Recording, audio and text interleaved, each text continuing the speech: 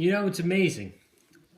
It's amazing that AEW came back live from Daly's Place in Jacksonville, Florida, and there was excitement during this episode of Dynamite. There was emphasis, almost energy with the wrestlers in the crowd, and it just felt like that even without an audience and just the wrestlers in the crowd, everybody was having a good time tonight.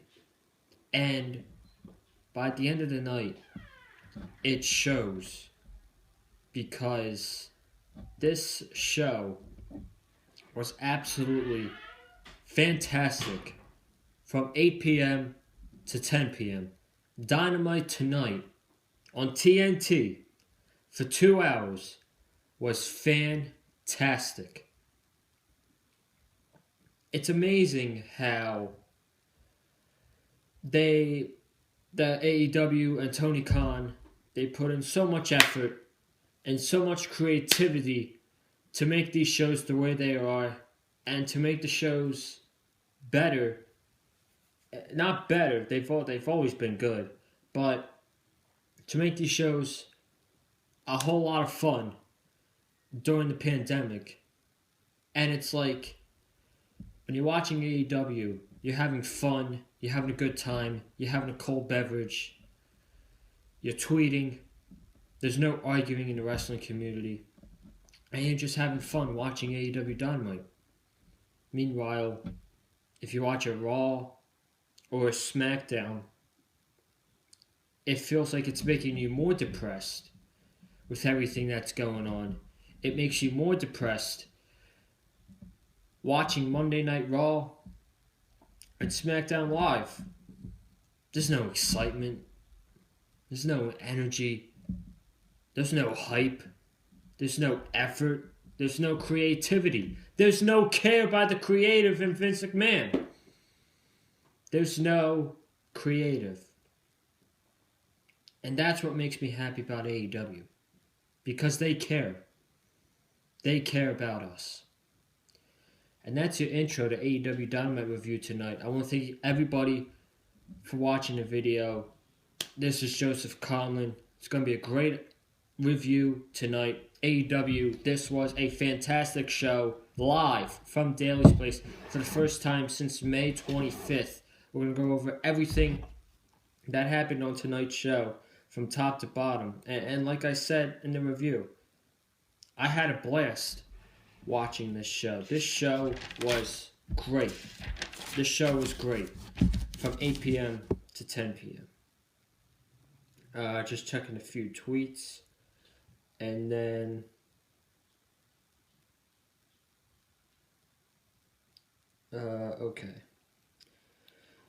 okay, we're good to go. We're good to go. Before we start the review, make sure you guys go check out previous videos here on the Big Fred Field channel. Monday Night Raw review, AJ Styles gets the last spot in the men's Money in the Bank ladder match, and the Herb Abrams Dark Side of the Ring documentary that I did last night here on the channel. Go check out both those things.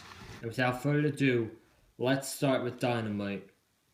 First thing on the show, we got Cody versus Joey Genoa. I took notes during this match, and the first thing I wrote was JR, Excalibur, and Tony Schiavone were all back on commentary. They all sounded fantastic. JR was on fire tonight, and it's great to see these guys back together. The best commentary duo in pro wrestling right now. I don't care what anybody says. These guys are great and have great chemistry together on the commentary.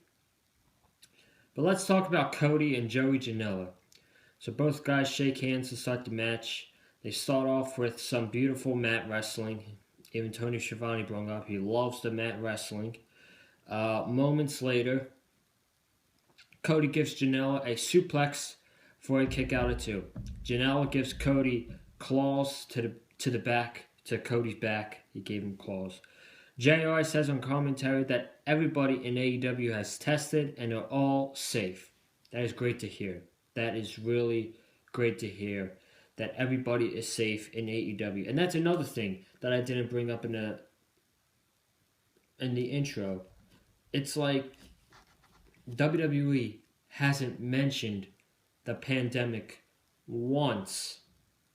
I have very good memory, folks, and WWE has not mentioned the current circumstances once on television. And the first live episode in 6 weeks for AEW, they're hoping everybody is safe and taking care of themselves and social distancing and wearing masks. And they're not insulting our intelligence. They know that we know that they know that we know what's going on around the world. WWE, I don't know, man. I don't know. They act like we don't even know there's a virus going on around the world. So I had to say that. Cody gets thrown throat first into the second rope by Joey Genoa. Genoa gives Cody a back body suplex, and then Cody gets thrown into the barricade / guardrail. Sean Spears randomly blows an air horn, and I laughed immediately. That was funny. Genoa running into the tunnel. He's running into the tunnel where they make the entrances, and he tries to go clothesline Cody over the rope, I guess, but then Cody throws him into the ropes and a disaster kick. He gives Genoa a disaster kick outside the ring. Genoa gives Cody a super kick. Genoa gives Cody an elbow drop for a kick out at 2. Cody gives Genoa a reverse suplex off the top rope. Very nice spot there. Cody throws the weight belt to Hikaru Shida. Janela misses a second rope kick. Cody hits a top rope cutter, and Janela kicks out. Janela gives Cody a few forearms. Cody gives Joey Janela a crossroads for the victory. They shake hands after the match. Very good match between Cody and Joey Janela to start off Dynamite tonight, in my opinion. Cody was obviously going to get the win, considering that he's facing Lance Archer for the TNT Championship at Double or Nothing, and he needs to win to build up his momentum. But what this told me was how damn good Joey Janela is, and Joey Janela has proved time and time again how good he is, and he just proved it again tonight in his match with Cody, that he can go in the ring. He's just not some random hardcore wrestler. He can go in the ring anytime, and he proved it tonight. He did a great job, and he looked very impressive. So that was Cody and Joey Janela. I thought that was a really good match to start Dynamite. We then see Women's Champion Nyla Rose versus Kenzie Page, who they noted was 18 years old. And this poor woman got destroyed by Nyla Rose in 2 minutes. 3 power bombs, a splash from the top rope, and Nyla Rose won. And she was holding up the Women's Championship in front of Britt Baker, Hikaru Shida, Chris Statlander, and Penelope Ford. And then we also got a promo packet beforehand of the women who were trying to get a shot at the championship at Nyla Rose. And it was confirmed that next week, I think it's a number 1 contender match. I'm not sure. But we're getting a fatal 4-way with Hikaru Shida, Chris Statlander, Britt Baker, and Penelope Ford. That's a huge match next week on Dynamite. It's probably going to determine who faces Nyla Rose at Double or Nothing. And if I had to make a pick, I'm picking Hikaru Shida. So that's that. MJF then had a segment. He was sitting in a chair. He was talking about his injuries. He was talking about these random people calling themselves the next big thing that are close to 30. But he said, whatever, it's cool. And then he said, MJF brings ratings. He brings in draw. He's views. And he is the fastest rising star in professional wrestling history, only at 24 years old. And when I return to AEW, I will go back to the top of my throne and then they bring in a throne chair, and his music plays, and then he sits on the throne saying, I will take back my top spot next week when I'm back on AEW television. So we are seeing MJF back in AEW next week on Dynamite. You'd love to see it. I'm glad he's back. And then we get an interview with Tony Schiavone interviewing MJF and Shawn Spears. And MJF tells Tony, social distancing.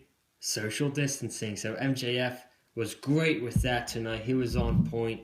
And then so he made Schiavone back up and reached the microphone out to him because he's MJF. And he was talking to Shawn Spears like how brave Shawn Spears was for talking the truth about the Rhodes family with Cody and Dustin, and saying Dustin's retiring. He can't come back for what happened to him last week and stuff like that. And then he talking about Shawn Spears' bravery, and then he's talking about how Shawn Spears was returning the favor, how great MJF is, and fastest rising star, all that stuff. And then MJF says, well, your opponent at Double or Nothing, MJ, next, is going to be Jungle Boy. So he spits out his drink and yells Jungle Boy. And it gets confirmed later on that at Double or Nothing, we will see MJF versus Jungle Boy. Now, these two have had a match previously on the February 12th episode of Dynamite, and they absolutely killed it. So if there's any determination of that, if this match at Double or Nothing being better than the match they had on February 12th, take my money, man. Take my money. These two are the future of AEW, and they're going to kill it at Double or Nothing. I can't wait. MJF, Jungle Boy, Double or Nothing. I'm in. We then see Frankie Kazarian versus AEW World Champion Jon Moxley.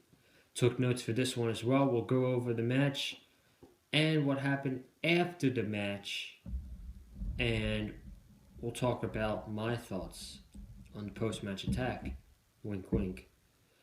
So, they bring up that Frankie Kazarian is wrestling his first singles match since January 2019. Both start off with a lockup. Nice technical wrestling for both guys early on. Both guys giving each other chops to the chest and they go back to mat wrestling. Moxley's working on the back of Frankie Kazarian. Kazarian gives Moxley a hip toss, gets thrown over the top rope, and grabs his left knee. So Frankie Kazarian is selling the knee.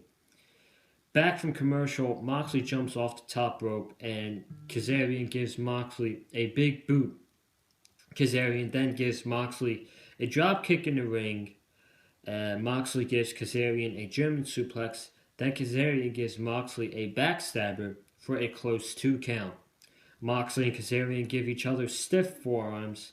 Moxley does a shotgun dropkick to Frankie Kazarian to the turnbuckle.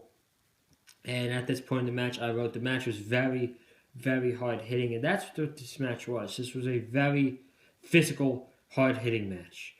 Moxley gives Kazarian a big clothesline. Kazarian rolls up Moxley twice, both for 2 counts. Kazarian jumps off the top rope when he's going for a move. Kazarian rolls past Moxley, walks right into a paradigm shift, and Jon Moxley defeats Frankie Kazarian in a good match. The match was good. It was very, very hard hitting. Both guys giving each other stiff shots, and Moxley was obviously going to win the match because he's the world champion. But that's what this was not what this segment was all about. After the match, Moxley's talking to the camera. He gets attacked by the Dark Order creepers. So the Dark Order minions, creepers, whatever. There are 7 of them. They attack Jon Moxley. And Christopher Daniels and Scorpio Sky come out and try to save Moxley and Frankie Kazarian. The minions take them out as well. And then Mr. Brodie Lee comes out with a steel chair and a suit, and he hits Christopher Daniels with the steel chair. He then gets in the ring, takes the microphone, and he says, "Jon Moxley, Mr. Moxley, I am just here to answer your little challenge that you threw out last week. I am not the same man that you used to be face to face with a few years ago. I am a leader. I am a leader of the Dark Order, and these men have sacrificed their bodies for me." Notebook away so I'm not distracted. These men have sacrificed their bodies for me. They will do whatever they want, when they want, how they want.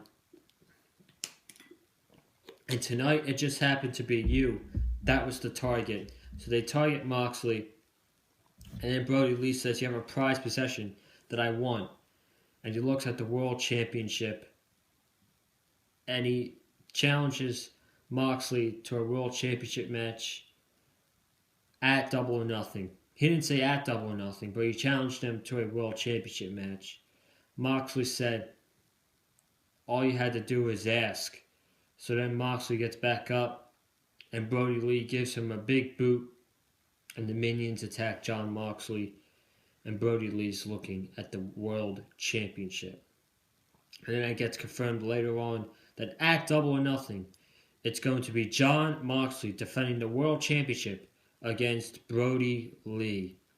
Now, you will have the people on social media, on Twitter, bitching that, the WWE fanboys or shills. "Oh, why is AEW doing a WWE guy versus an ex-WWE guy versus an ex-WWE guy? Dean Ambrose versus Luke Harper, man, no one cares. No one cares." That's them. But, in all realistically, what they don't know is this match is a big draw for the Double or Nothing pay-per-view. The promos that Brodie Lee and Jon Moxley are going to have for the next 2 weeks are going to be great television. The promo that Brodie cut tonight was great. And I can't tell you my prediction now because it's a few weeks away. I want Brodie to win. It would be really nice for him to win. But also at the same time, Moxley just won the title, like at Revolution. He won the title at Revolution, but that's down the line. I think this is a smart idea for AEW. This is going to draw Double or Nothing. This is going to make people buy the pay-per-view, in my opinion, and it doesn't matter what the outcome is. The match is going to be great. I feel like this match is going to be great at Double or Nothing, and Brodie Lee is going to show us what he can do, something that he didn't get a chance to do in WWE. He will show us how great of a pro wrestler Mr. Brodie Lee is. So Brodie Lee and Jon Moxley at Double or Nothing, take my money. That's going to be great. QT Marshall versus Lance Archer.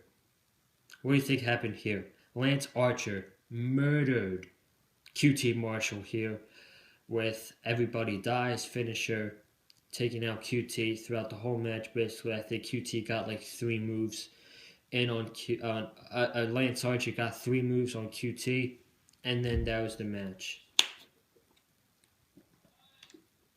Although, during the match, Brandi was throwing the shoe of Britt Baker. And then after the match, Britt Baker came back in and DDT'd Brandi. And then after that, she threw Brandi in the ring.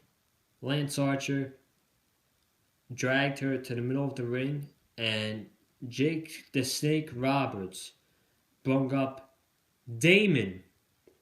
He brung Damon, which is his snake, and he laid the snake all over Brandy Rhodes.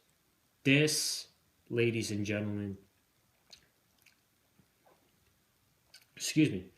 this was fantastic. This was fantastic, and it made Lance Archer and Jake Roberts look, I would say, frightening.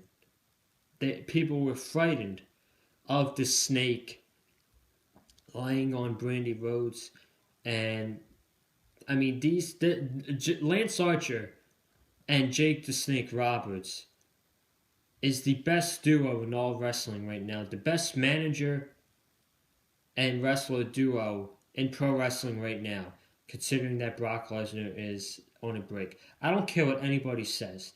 These two together are a perfect pairing. It benefits Lance Archer a lot. Lance Archer is probably the most legit superstar, one of the most legit superstars in AEW right now.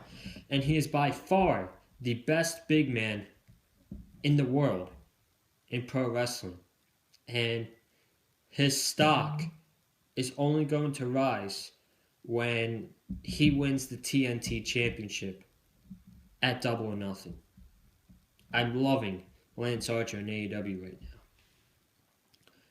So like I said earlier, we got a couple match announcements for Double or Nothing, and next week's episode of Dynamite for Double or Nothing, MJF will go one-on-one with Jungle Boy, Brodie Lee will challenge Jon Moxley for the World Championship, and there will be a casino ladder match where the winner will become the number one contender to the AEW World Championship. And I think this is going to be AEW's version of Money in the Bank. So I love it as well. It's like last year with the Battle Royal, but obviously with the circumstances, it's probably too much to have all the superstars in one ring. So a ladder match makes much more sense. And if you're going to do a ladder match, I think it should be on the main card. That's just my opinion. But then next week on Dynamite, we got Jurassic Express versus the Best Friends. MJF will be back in action. Lance Archer and Jake the Snake Roberts will speak. Really looking forward to that. We'll see the women's Fatal 4-Way, like I said.